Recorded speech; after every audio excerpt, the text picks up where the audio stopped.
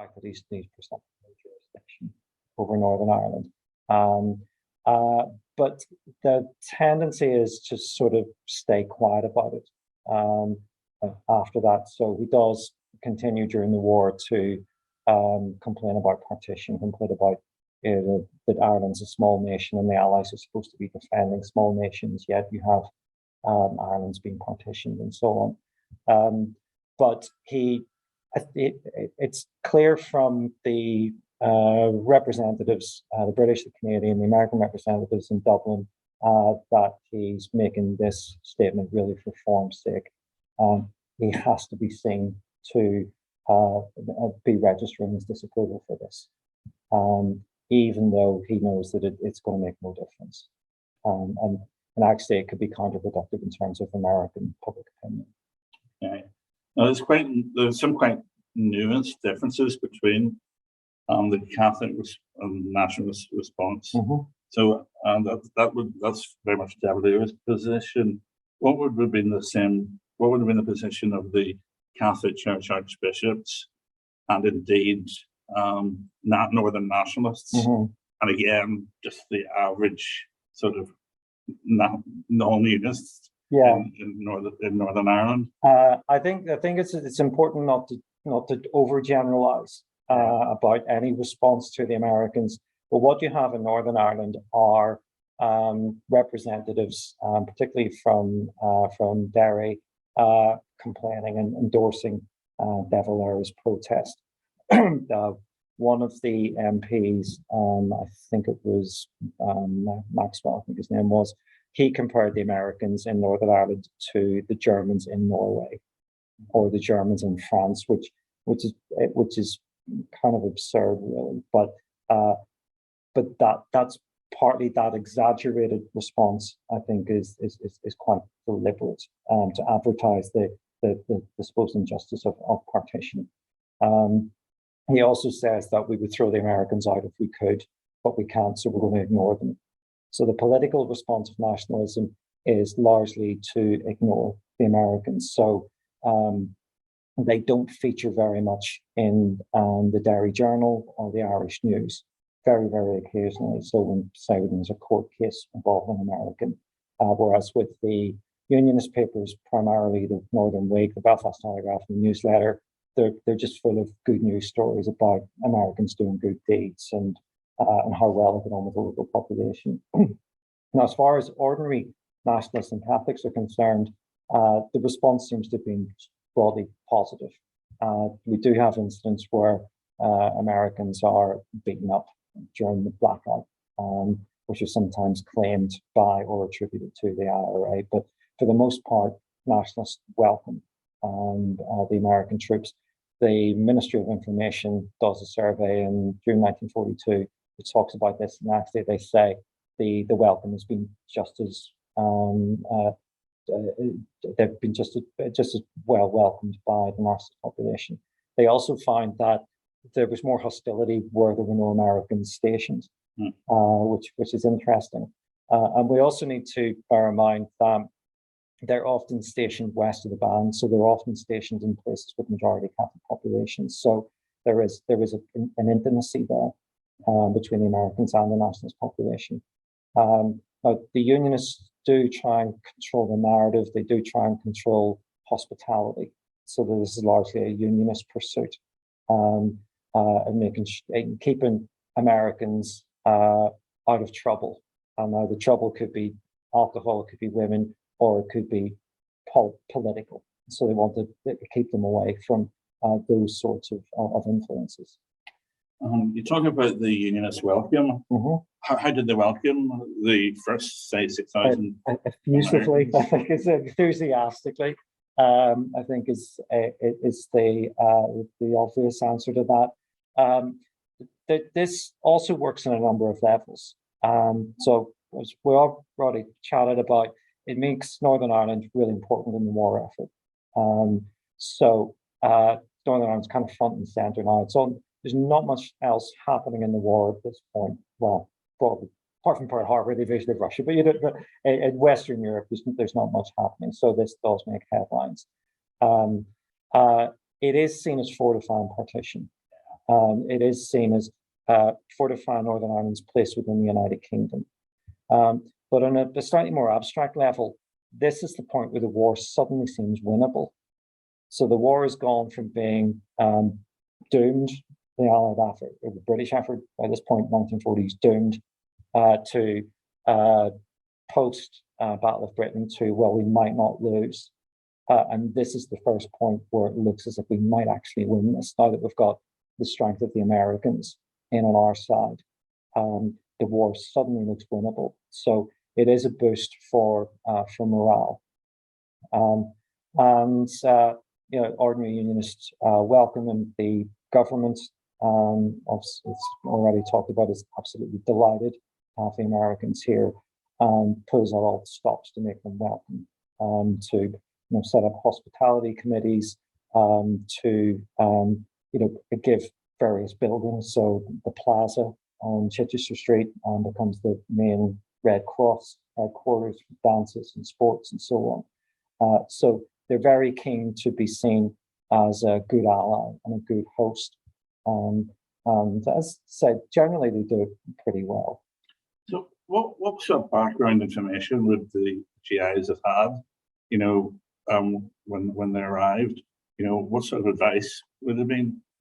Very little, because they didn't know where they were going. Okay. So the first American officially come off the boat, Milburn Hankey, recalled that he didn't know where he was going until I asked a sailor, and he was kind of, well, that's Belfast.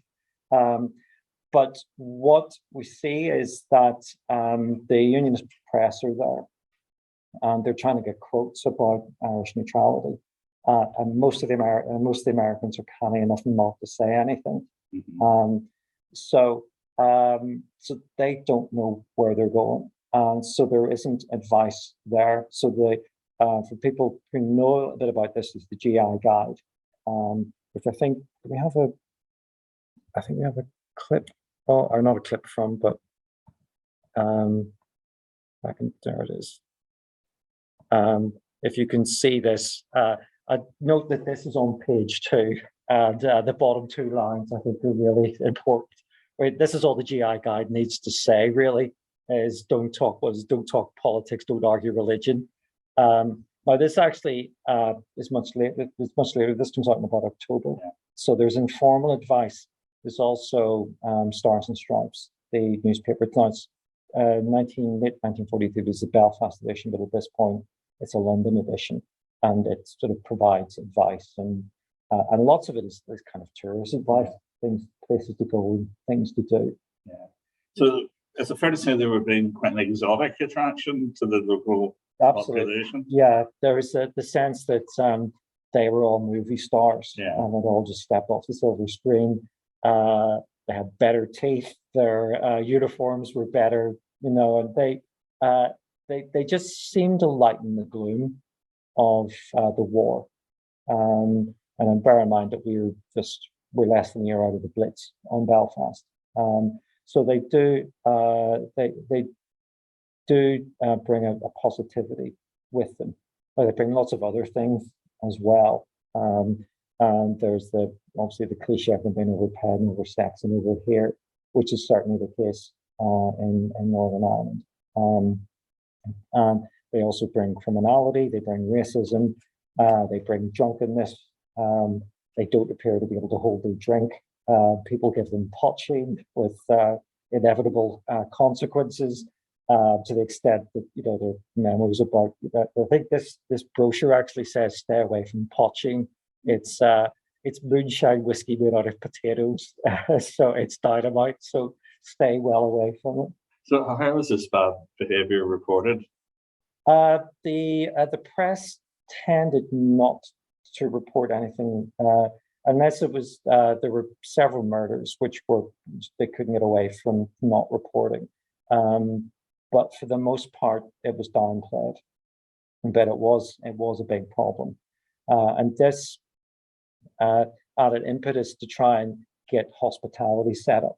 The Red Cross and the government wanted to get GIs away from what they called the pub and the pickup.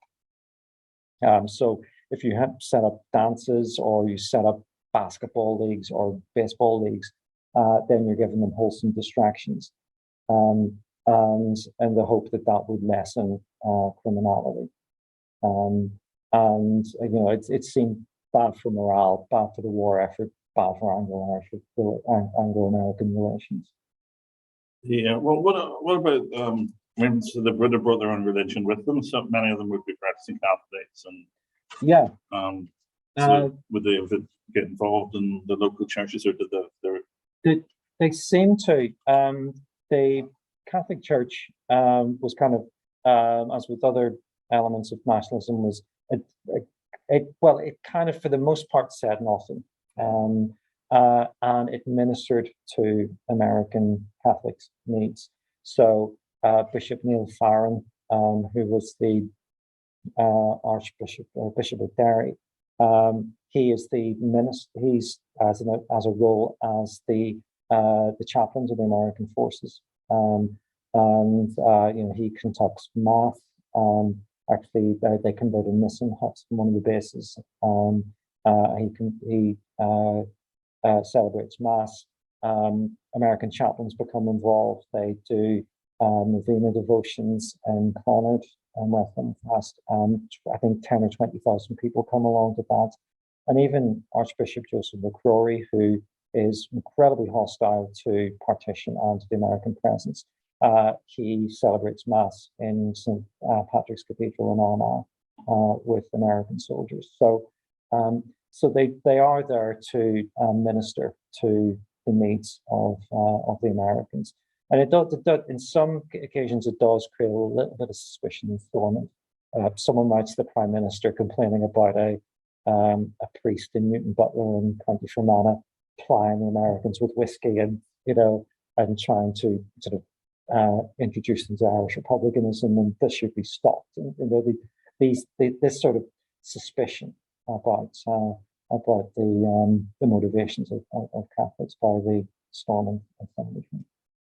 It was a bit of almost a schizophrenic approach when it comes to women, in that there were encouragements to court women, and at the same time they didn't want them to marry them. Yeah, before the Second World War, the general rule or the general attitude of the military was that they encourage marriage. Now, whether this is when American soldiers are stationed abroad, slightly different, because the American military is concerned about gold diggers, concerned about bigamists, camp followers, all of these sorts of things. So the rules about marriage are kind of created on the hoof. We see the first marriage in about April 1942. So bear in mind they arrived in January time. So this is kind of the definition of a whirlwind romance. And this couple went ahead and got married before the husband's commander could stop them. And they did it in secret. I think it was the Presbyterian Church in Botanic Avenue. They kind of locked the doors. They had two witnesses. They got married. And Leanne McCormick, who's written extensively about women in Northern Ireland, says that she spoke to the grandchildren of this couple. And had it not been in the papers, he might have been disciplined. Herbert Cook, I think his name was. So advice goes out, and what women are told, and this is done through the government, and it's also done through the churches. So the Catholic Church makes an inquiry to the Americans, and the Americans give advice, which is then read out in Catholic churches, and it's warning women that they won't become citizens immediately. They won't be entitled to widows' allowances.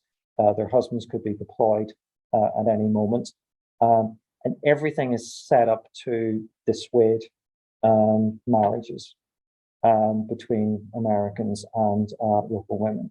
But about 1,800 local women marry Americans, and then they have to get to the States, which proves ridiculously bureaucratic.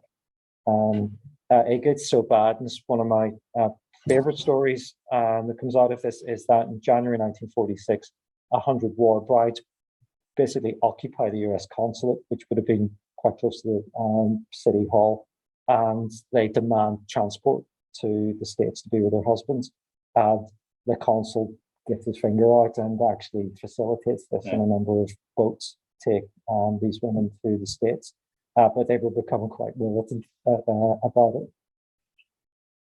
What about sex workers? Well, the Americans had lists of off limits premises, and I love it. They've got various streets, places which were what was the term that they used? It wasn't houses of ill repute. It was like rowdy houses or something. But I love it. It's got various numbers and all of Amelia Street. You know, so they're taking no chances with Amelia Street. And the concern here is about basically the spread of GD. That this is a bigger problem than people being wounded. You know, I think there's like this is British servicemen, but there's like a battalion strength of soldiers in Northern Ireland who are down with VD at one point. Is it the highest in the UK? Or? I believe so, yeah. And given that we have a reputation of being the most conservative place in the UK, so clearly some people were getting those memos. But there were other impacts of it in that it was seen as bad for Anglo-American relations. If American soldiers are coming over here and women in the UK more generally are giving these American services what we would call social diseases, I suppose, that's not good. And it's invariably blamed on the women. So it's not blamed on Americans willing to pay for sex and not to use condoms or whatever. It's blamed on women. So there are efforts to control this. There are fears around what they call the amateur prostitute. So these are girls who would maybe be factory workers or office workers who would supplement their income by going with American soldiers. And they were seen as the ones that were most likely to have venereal diseases. So inevitably abortions and unwanted children. Abortion, it's interesting because abortion never comes up. Now, whether, which isn't to say that it doesn't happen, but with unmarried mothers, some of these women and children end up in the mother and baby homes.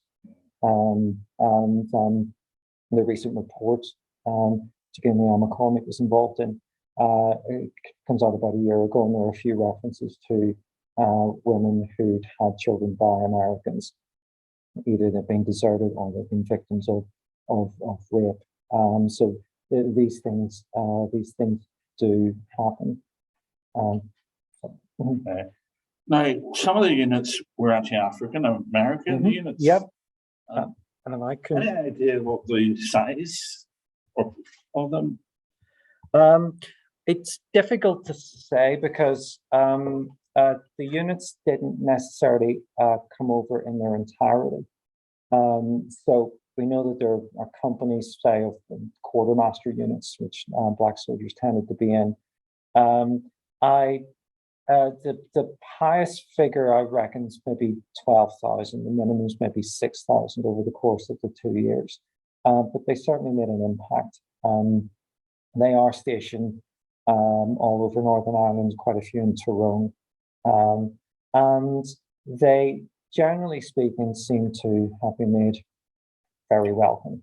I think this is this is what drew me into to this research, looking at the experiences of African Americans.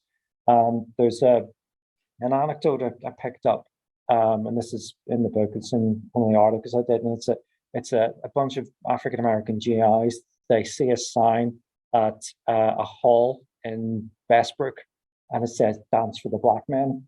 So the GIs think, excellent, there's a dance that's being put on for us. So they show up at this hall. We're here for the dance. And the guy at the door says, you can't come in.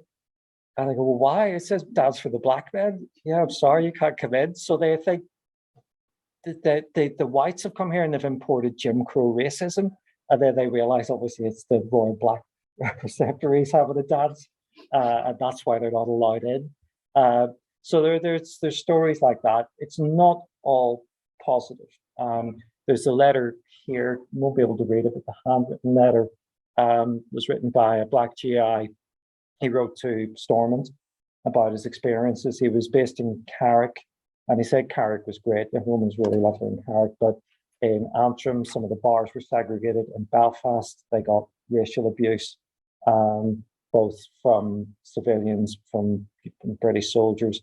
But interestingly, he believed that this had been imported by white Americans. The white Americans had turned the local population against them, which obviously ignores centuries of British racism and British racial attitudes. But for the most part, the response seems to have been positive. And this was largely because they're being treated well by a white population, which they're shocked by and really embrace. And they write home about this. Excuse me. They're popular with the girls, which they write home about, and they kind of revel in this popularity. They have a kind of added exoticism over their white colleagues. And the big problem is violence from white soldiers, white American soldiers. One writer on this, Graham Smith, who's written the most detailed history of black GIs in the UK, says that racial violence, racist violence, was a bigger problem in Northern Ireland than sectarian problems during the war because of the levels of resentment of white GIs against their black colleagues. There was an instance of one of the black soldiers being involved in one of the murders. Yeah. How did that? It takes us back to the start of the research. This Wiley Harris, he'd been out drinking in North Belfast. He had the opportunity to go to an Irish raid shelter with a prostitute. She'd been at the same Irish raid shelter with one of his colleagues earlier in the evening. A local man called Henry or Harry Coogan facilitates this. So he says, I'll keep watch. They'd all been drinking, they're all drunk. I'll keep watch. And Harris and the girl go into the Irish raid shelter. Coogan interrupts them, says there's a policeman coming. So the two of them come out. Harris shines his torch up and down the street, can't see a policeman, wants the girl to go back in. She refuses. He says, well, I'll have my money back then. Coogan says, you're not getting your money back. There's a struggle. The girl drops the coins, runs off, and Coogan strikes Harris. So Coogan strikes first. Harris is armed. A lot of African-American GIs, Americans generally carried knives. Now, the black GIs was often for self-defense, but also a knife is just a tool to have. He has a knife in his pocket. He takes the knife out of his pocket and he brutally stabs Coogan. And he stabs him 16, 17 times. So he's court-martialed for this, which does the Americans have jurisdiction over their own soldiers, and he's found guilty. Now, we would look at this, and I remember when I started this research talking to a friend who had been in the police, and he was looking at some of the material, and he was going, well, this is not premeditation. But the court-martial interpreted premeditation very narrowly. So it interpreted premeditation, even though Coogan had struck the first blow, the ferocity of Harris's retaliation went beyond self-defense, and this made it murder, and it was a capital crime in the US military, and Harris was executed. Were there a number of executions? There were only two related to Northern Ireland. The second was of the rape and the murder of a 7-year-old girl in Tyrone towards the end of 1944. And this was a soldier who, this couldn't be excused as a crime of passion. It was premeditation. He had mental health issues, and he was executed after the end of the war. There were several other killings, but manslaughter was accepted. All but one of them involved alcohol. So that kind of gives a sense of just how much of a problem alcohol was. Yeah, alcohol does play a big role, and at one point there's a crisis of the Guinness. It's a brief crisis. It's one of the lesser Anglo-Irish crises. We run out of Guinness in 1942. What's happening is Dublin's withholding Guinness because the British are withholding wheat and coal, and so maybe 1941. But and this initially affects British servicemen, and certainly the Americans come in. They have a weekly beer allocation, so they quickly come to an agreement that the British will import wheat and the Irish will use their barley to make Guinness. So yeah, a bit of a lesser crisis, but still, there's some tensions there. I should sort of say there were two big waves of Americans. It wasn't as if the Americans arrived in the state. But first one, 1942. Yeah. And then mid-1943, they come back in much bigger numbers. So when they leave in sort of October 1942 to take part in the invasion of North Africa, I think it's about 40,000 Americans depart. When they come back in from October, November 1943 onwards, by January there's 100,000 in a country of 1.1 million. So 1 in 10 people in Northern Ireland is an American in January, by January 1944. But they disappeared just as quickly around D-Day. And it's also worth noting that many of them were not here for very long.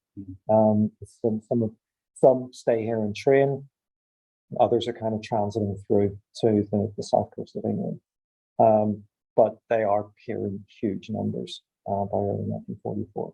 Do you think was there any noticeable change in the way the government operated between the two big waves? Were there any lessons that had been learned? Or yeah, they're much better prepared for the second wave. So towards the end of the first wave, Basil Brooke, who's the Minister of Commerce and then Prime Minister from 1943, sets up hospitality committees. So these are pretty much every town in Northern Ireland has a hospitality committee, but they're slow to start. So they're set up. Some of them are set up by the end of 1942, but by the end of 1943, they're ready to go. Because Brooke is told when the Americans depart that they're going to be coming back, and they're going to be coming back in large numbers. So he's got about a year to put preparations in place. So this involves fixing up halls, sorting out accommodation so that soldiers have places to stay in Belfast and so on. And it's another part of the essentially unionist control. These committees are almost always led by Protestants, by unionists, sometimes through churches, people with connections to Stormont and so on. So there is that element of unionist control of the hospitality committees. Do you get much of the Americans depart in 1944 and they're gone? Yeah. Have they left their mark? Have they changed? The 600 children they left behind with their mothers would probably suggest that they did. I think it's transitory, really. I think Northern Ireland was a religiously conservative and divided society when they arrived, and it was a religiously conservative and divided society when they left. The cinemas opened on a Sunday by the time the Americans left, and this was something, the Americans needed something to do. So the Sabbath, the protecting the Sabbath had to, they had to open the cinemas to keep them off the streets. So I don't think it was transformative. I think it's what another historians call an interlude. So we have this moment, arguably the war itself is an interlude, and then we kind of get back to what passes as normal. Yeah, though politically, things have changed. Yeah. I mean, politically, this has reinforced partition. Yeah, absolutely. Yeah, it's a really important moment for both states in Ireland. For what becomes the Republic, it's an assertion of independence. So ERA is able to maintain its neutrality, and by doing so, maintains its independence. The Allies, they don't try particularly hard, but it is this kind of undercurrent of trying to get ERA to join the war effort, or trying to coerce ERA into joining the war effort, and they don't allow that. And De Valera deserves credit for that. So it's an assertion of ERA's independence. But what you've got is a diversion of experience. So Northern Ireland experiences the war, Northern Ireland experiences rationing, it experiences the Blitz, it experiences casualty figures, it experiences having the Americans. And all of this draws it closer to the UK. So we've got something very tangible in common with the rest of the UK. So all the other cities that were blitzed, all the other places that hosted Americans, everywhere had rationing. We didn't have conscription, whereas the rest of the UK did. But we had a shared experience. And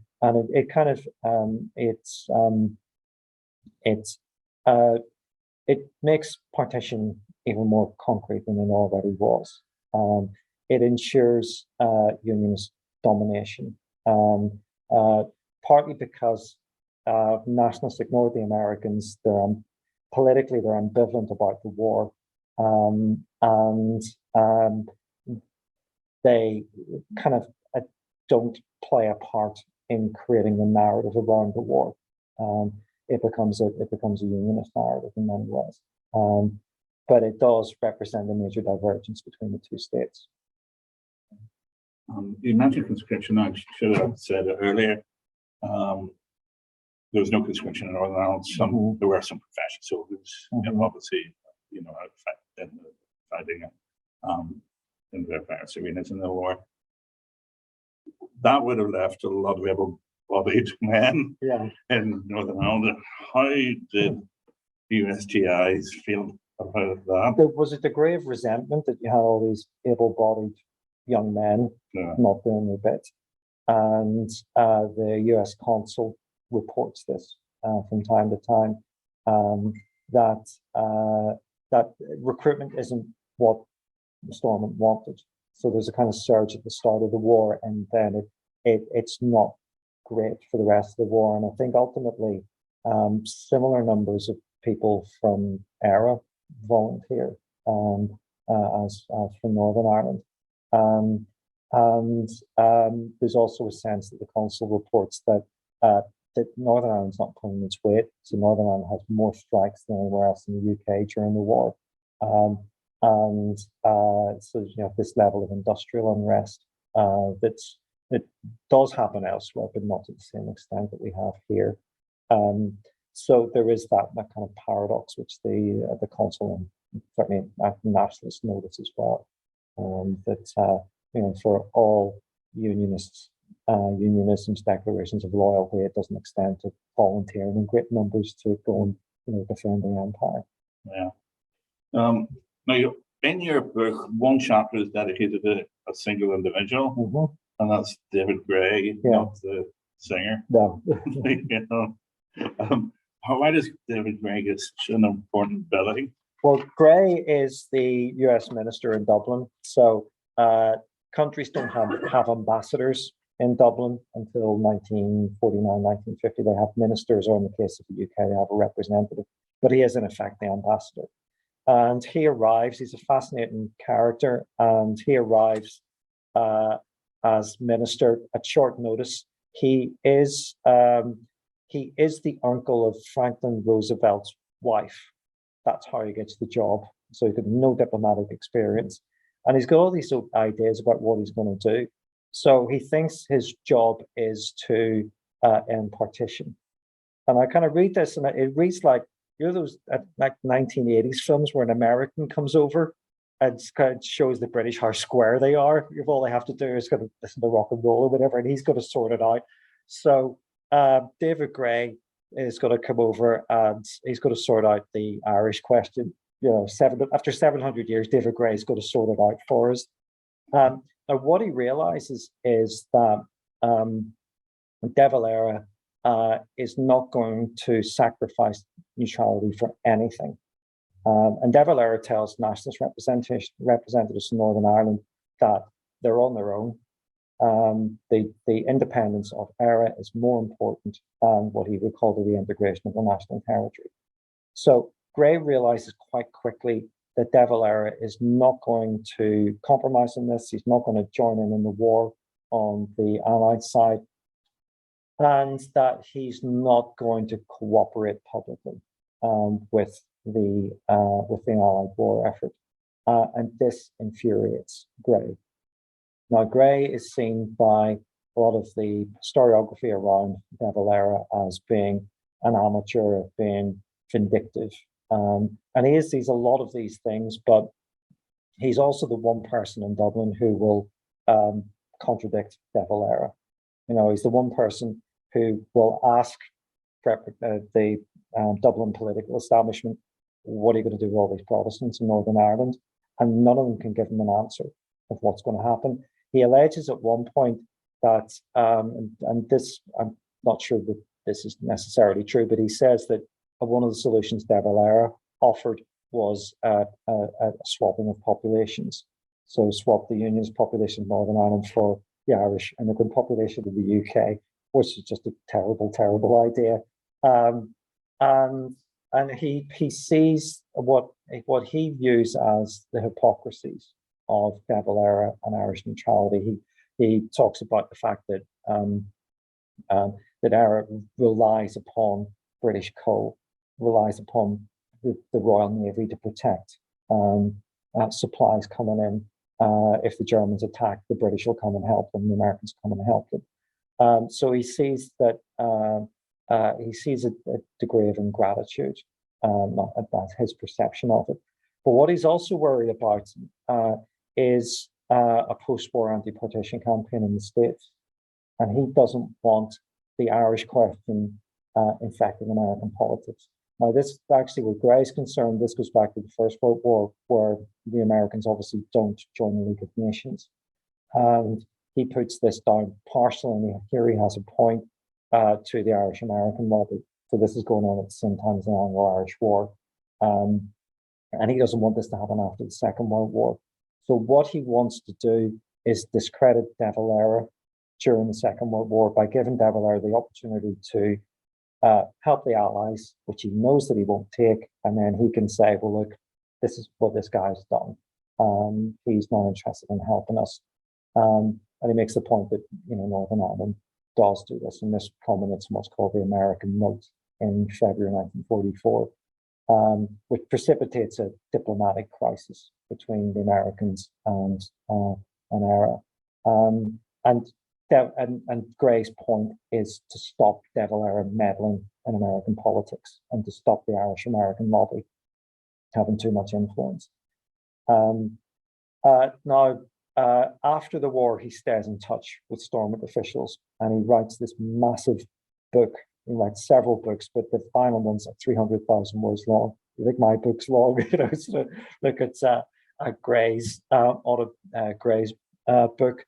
And this is just a diatribe against De Valera, against Sinn Féin, against Irish independence. And surprise, surprise, no one will publish it. So Stormont come riding to the rescue of this.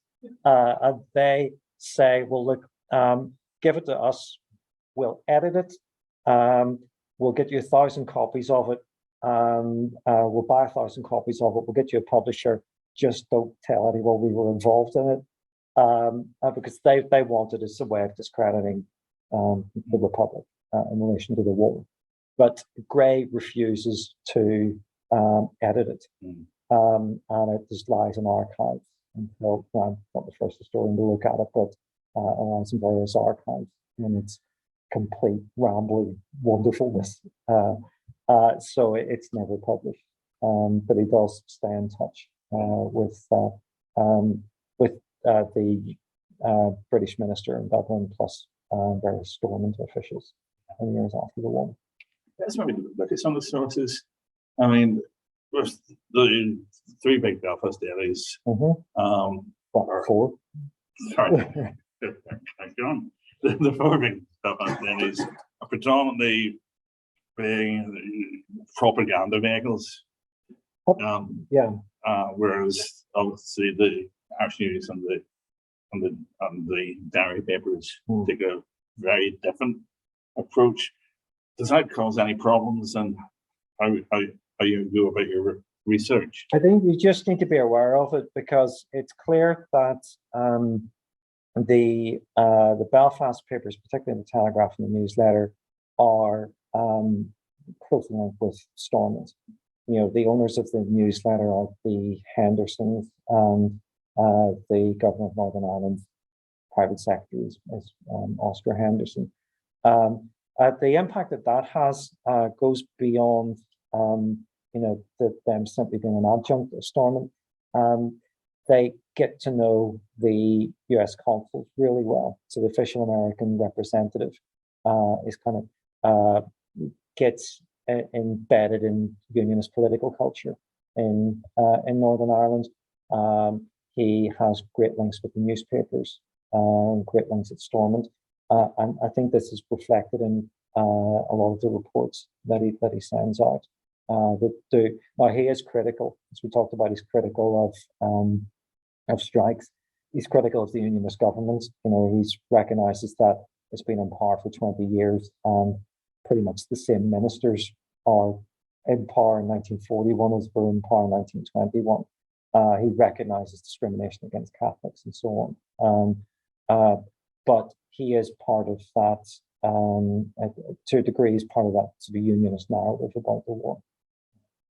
And how would the main nationalist papers? They just tended to ignore it. So they did cover war news. So they took the same sort of press association and Reuters reports, and they did report war news. But they really didn't cover the Americans in any great degree. So Eisenhower comes in August 1945, and the entirety of the Belfast Telegraph is dedicated to that. And I think the Irish News has a couple of columns on it. Eleanor Roosevelt comes in November 1941, and the Unionist press are all over it. And the Derry Journal, when she goes to Derry, said her visit was brief. You know, and I think the Unionist the Newsletter's report is probably longer than her visit. So they're really gushing about this, whereas the nationalist press is much more standoffish about it, and it's barely reported in the Republic's papers at all. You did a lot of your research here in PRONI. Yep. Using a mixture of official records, cabinet conclusions, government departments, private individuals, the politicians that we spoke of earlier. Yeah. What were the strengths and weaknesses of the connections? Well, give Stormont his due. It kept lots of records. Yeah. There's huge amounts of material on the American presence and different aspects of it. So welcoming the Americans, hospitality committees. There's a lot of material on that. There's stuff on how to respond to black GIs coming into the country. Issues around the execution, court cases. So you've got correspondence that people are writing to the Prime Minister about the Wiley Harris execution, for example. So there's a huge amount of material here on the American presence, and that's, you know, and bear in mind everything else that's going on at the time during the war. So it's for a historian of this period, it's an absolute treasure trove of material. And where would you see the gaps in the record? The gaps are really sort of nationalist voices. They might be out there, but it was difficult to find the papers of nationalist politicians. I know we've got the Cahir Healy papers, but other nationalist politicians, either they haven't kept the papers or I just couldn't find them. So I would have liked to have got into that a little bit more to get a broader perspective on it.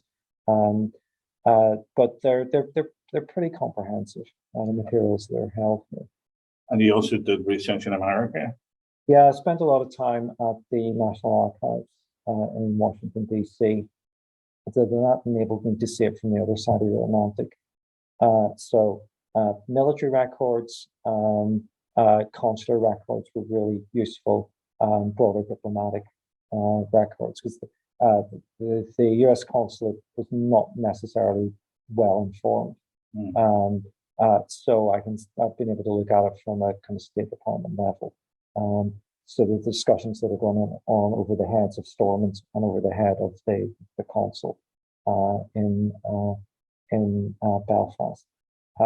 So that proved extremely useful to get that perspective on it.